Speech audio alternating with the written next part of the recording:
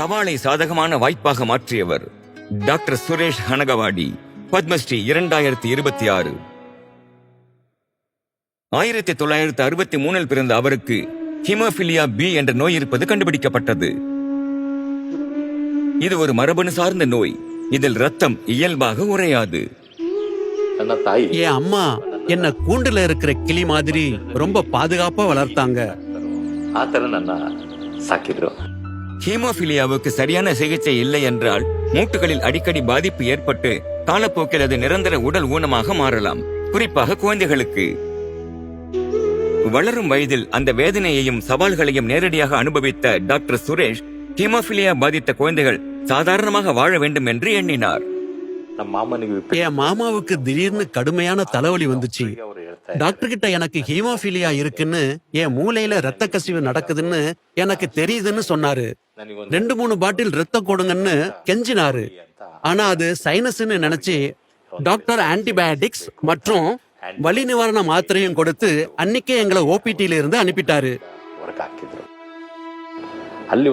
அப்புறம் பார்க்கல, தாங்க முடியாத வழியில இருந்த போதும் அவரு எங்க கிட்ட திரும்ப திரும்ப அதனாலதான் நீ டாக்டர் ஆகணும்னு சொல்லிக்கிட்டே இருந்தாரு. 1 வாரத்துக்குள்ள அவரு இறந்து போனாரு. அப்பதான் நான் கண்டிப்பா டாக்டர் ஆகணும்னு எனக்குள்ள உறுதி எடுத்துக்கிட்டேன். டாக்டர் சுரேஷ் MBBS படித்து அதன் பிறகு பேத்தாலஜியில் MD முடித்தார். தன் முதல் உதவித்தொகை கிடைத்தவுடன் கர்நாடகாவின் முதல் ஹீமோபிலியா சங்கத்தை நிறுவினார். அப்போது இருந்த மிகப்பெரிய சிக்கல், மருந்துகள் அனைத்தும் இறக்குமதி செய்யப்பட்டவை. ஆகவே அவை விலை உயர்ந்ததாய் இருந்தன. எனவே எந்த நோயாளியும் சிகிச்சை இல்லாமல் தவிக்க கூடாது என்பதற்காக அவர் நிதி திரட்டத் தொடங்கினார். அவர் சமூகத்தின் அனைத்து பிரிவினரையும் இதில் ஈடுபடுத்தி இந்த பணிக்காக பங்களிக்க ஊக்குவித்தார். இரத்த குறைபாடுகளை சிகிச்சை செய்யும் முழுமையான அமைப்பு உருவாக்கப்பட்டது.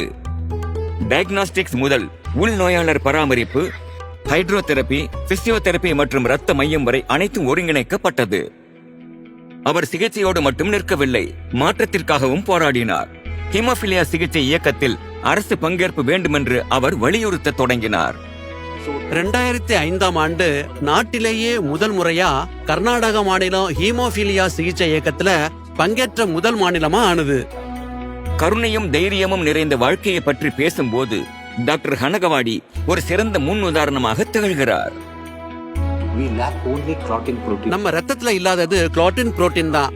ஆனா தைரியமோ திறமையோ இல்ல. சரியான சிகிச்சை கிடைச்சா ஹீமோபிலியா குழந்தைகள் இந்த ஊனத்தில் இருந்தும் வழியில் இருந்தும் விடுபட முடியும். டாக்டர் சுரேஷ் ஹனகவாடி, பத்மஸ்ரீ 2026. கோடி கோடி நமஸ்காரம்.